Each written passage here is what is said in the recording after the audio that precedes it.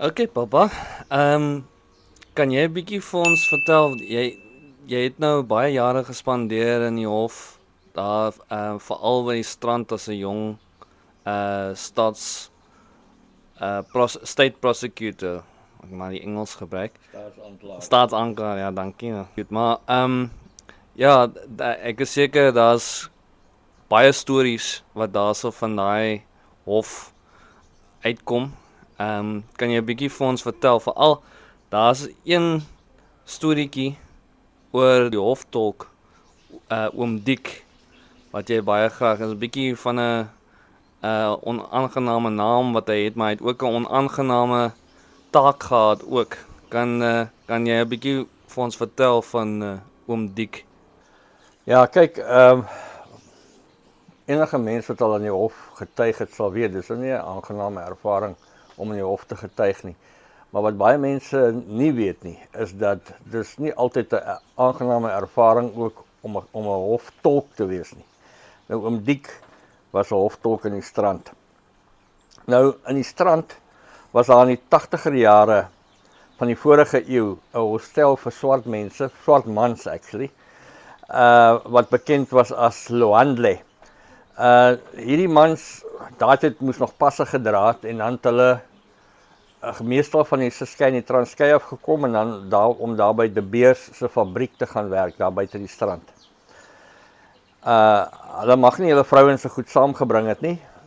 Gewoonlik het hulle nie die vrouens passe gegee nie, want die vrouens het nie werk daar gehad nie. So die vrouens het in die Transkei of die Ciskei agtergebly en dan het hierdie arme mans dan daar in die hostel gebly en natuurlik soos enige man het hulle sekere behoeftes gehad wat hulle toe nou nie kon bevredig sonder dat hulle vrouens daar is nie. En die gevolg was dat as hulle nou Vrydagmiddag vir die weeklikse betaling gekry het by De Beers, dan het daar sekere vrouens van die strand daar uit Harmony Park uit. Nou Harmony Park was die woonbuurt tussen die strand en Gordons Bay.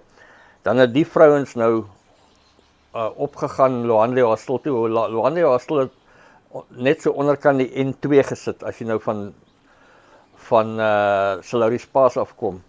Dan stap hulle nou deur Harmony Park op na Lohandle Hostel toe en dan help hulle die manne daar om hulle behoeftes te bevredig. En dan maak hulle 'n ou geldjie ook, om die waarheid te sê, hulle verlos die manne dan eintlik van 'n groot gedeelte van hulle pay. En dan stap hulle nou weer dik van die geld. Stap hulle nou weer terug deur Harmony Park om nou by hulle huise te kom. Maar nou daar skollies gewees wat eintlik vernuftige entrepreneurs was. wat nou 'n gaping in die mark gesien het hier. Letterlik. En dan het hulle nou vir die vrouens gewag as hulle terugkom van Lohandle Hostel af. Hulle wag in Harmony Park. En as die vrouens dan daar afgestap kom, dan soos ons mense dit noem, dan val hulle vir die vrouens bo. Dan val hulle bo. En dan bevredig hulle sommer hulle eie behoeftes ook daar met die vrouens, asof die vrouens nou nie al genoeg behoeftes bevredig het op daai stadium nie, maar dan verkrag hulle die vrouens en dan vat hulle nou daai geld wat hulle nou swaar verdien het daar by Lohandle. En natuurlik, die vrouens sal nie gaan kla by die polisie nie, want die geld is onwettig verdien in elk geval. En op die manier het hierdie skollies nou eintlik op 'n maklike manier 'n ou geldjie gekry. Maar eendag, een Vrydagmiddag, het die beskuldigde waarvan ek nou hier wil praat, het hy 'n fatale fout gemaak, want hy val toe nou 'n vrou bo, 'n Khoza vrou, onder die indruk dat sy nou ook maar net een van die is wat daar loop geld maak het, maar wat toe nou nie die geval is, die vrou is getroud met een van die mans daar by Lohandle en sy is wat hulle noem 'n domestic daar aan die strand. So sy is wettig daar, maar sy bly in 'n agterkamer by mense waar sy werk. En sy het nou gaan geld haal by haar man om vir die kinders te betaal en so aan. Onderhoudsgeld. En die skollie loop haar van agter af by, slaan haar plat in die grond, verkrag haar, vat haar geld en sy is toe daar weg. En hy staan ook toe maar sommer reg weer vir die volgende ene, maar wat hy nie besef nie, sy is toe reguit polisie toe. En toe sy nou by die polisie kom, klagte gelê, toe is sy in die polisie terug na die toneel toe daar in die Harmony Park in. En daar staan hy wag vir die volgende slagoffer. En so arresteer die polisie hom en hy beland toe nou in die hof en toe besluit hy ook nou sommer nee, maar kyk, hy soek nie 'n lawyer nie, want hy is onskuldig. Hulle is altyd onskuldig en hy het nie 'n lawyer nodig nie. Daardie was nog nie legal aid soos vandag nie. So jy moes maar vir jou 'n regsverteenwoordiger kry as jy een wil hê, maar nee, hy voel nee. Hy gaan nou self vertel. Die vrou vertel nou, sy vertel haar storie, maar sy Xhosa spreek en sy oom Diek is die tolk. Nou oom Diek was 'n baie waardige man geweest. Hy was, soos ek hom verstaan het, was hy verlangs familie van hoofman Sebe, daar van die Ciskei. En die ander ding van oom Diek is, oom Diek was, hy was, ek weet nie of mense kan sê, hy was horizontally challenged nie, maar hy was 'n gesette man, 'n groot man, gesette man, 3 voet rondom nog steeds oom Diek. En maar 'n ou met 'n baie dierbare geaardheid en so aan. Nou staan oom Diek langs hierdie getuie, hierdie Xhosa vrou, om nou alles te tolk wat nou gesê word. En hy tolk wat sy sê en ook wat nou vir die vrou gevra word. Nou, alles loop goed, totdat dit nou die vrou klaar getuig het en die beskuldigde geleentheid kry om te kruisondervraag. Kyk, hy het nou nie 'n regsverteenwoordiger nie, hy vra nou self. Nou begin hy, die skollie, nou vra hy, nou sê hy, mevrou is 'n groot vrou, né? Vrou tolk, oom Diek tolk, dis korrek. Nou sê hy, nou hoe hard moes ek nou vir mevrou geslaan het, dat mevrou nou sommer daar sal neerval. Nou tolk oom Diek, nou praat die vrou in Xhosa, nou antwoord oom Diek, jy het my baie hard geklap. Nou sê hy, kan mevrou enige bewysstukke voor hierdie hof bring, van hoe hard ek mevrou nou moes geslaat het, dat mevrou sommer haar geval het. Nou sê die vrou, deur oom Diek, nee, maar ek sê mos, jy het my geklap en ek het geval. Nou sê die skollie, ek stel dit uit my uit, dwars deur die hof, binne in u in mevrou, dat u het van dronkheid geval.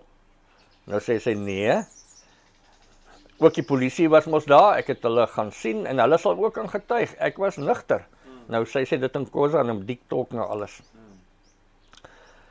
Maar, sê die skollie, as u nou nugter was, hoe hard sou ek u nou moes geklap het, dat u wat 'n groot vrou is, teen die grond sal val.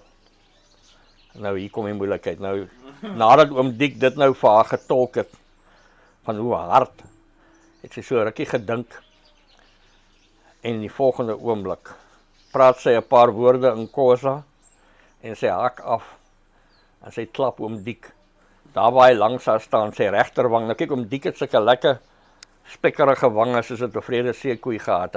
As jy hom klap, dan weergalm het soos 'n geweerskoot deur die hof. Maar sy klap vir oom Diek, een helse harde hou, op sy regterwang. Ons almal skrik ons vrek. Niemand skrik groter as oom Diek nie, maar hy behou sy waardigheid. Maar ek ken nou oom Diek goed, en hy slaan sulke grys kolle uit oor sy gesig. Dit is amper so 'n pattykleur wat sy gesig kry. Dan moet jy weet, nou is oom Diek verskriklik kwaad. Hy het hom nou liderlik geoorboos vir die ding. Want hy het net groot geskrik nie. Ek meen, hy word nou so geklap. Hy word geklap in sy kop. Ja, en dis nou, en hy tolk mos nou maar net. Maar in elk geval, oom Diek roer nie 'n oog nie. Hy word net slaat sulke kolle, sulke pattykleur kolle uit. en hy bly so rukkie stil en hy herwin sy waardigheid. En toe hy talk, toe sak sy stem nog so effens so 1 oktaaf en hy sê in 'n rustige stem, edelagbare, daardie man het my so hard geklap. In die volgende oomblik hak hy af en hy klap daai vrou. Daar was hy in die getuiebank is. Hy klap haar met daai groot hande van hom. Dat sy nou soos 'n gebou wat implode. Sy val aan mekaar in die boks en daar lê sy. Daar's 'n geskokte stilte in die hof. Hofordonnans hardloop nader met 'n bottel water om die vrou te lawe. En toe vra die hof, die landros, die streeklandros vir hom, so ewe rustig vra hy vir die skollie, beantwoord dit jou vraag, meneer? Skollie sê, ek het niks meer om vir daai vrou te vra nie. Die landros sê, maar meneer, jy gaan nie binne die afsienbare toekoms vir haar enige vrae kan vra nie, want sy gaan jou nie kan antwoord nie, want die vrou lê bewusteloos in die getuiebank. Hulle het daartoe gelawe en sy sit daar weg. En vertel ons teemaker, ons Seagull, Auntie Janet, sy vertel toe vir my later, want ek gaan toe maar, die ouwe toe 10 jaar gekry, dis die maksimum by die streekhof, daai kon oplet daai tyd. Maar ek het toe gewonder, wat nou van die vrou geword het, en so aan, vertel Auntie Janet vir my, nee, na die hof, is sy in Oom Diek, gaan na Oom Diek se kantoor toe, en Oom Diek het ietsie in sy onderste laai gehad, en hulle het toe hulle tande nat gemaak daar, net om oor die skok te kom, want albei van hulle was redelik de mekaar geklap geweest. En hulle is op goeie voet daar weg. Hulle is de mekaar geklap en hulle is deur mekaar. Ja, deur mekaar en de mekaar, ja. So hulle is toe in vrede blykbaar uiteen. En ja, oom Diek is seker nou al lankal oorlede, lê in 'n groot graf iewers in die Transkei. Maar dit was nogal 'n interessante ervaring geweest en iets wat onverwags.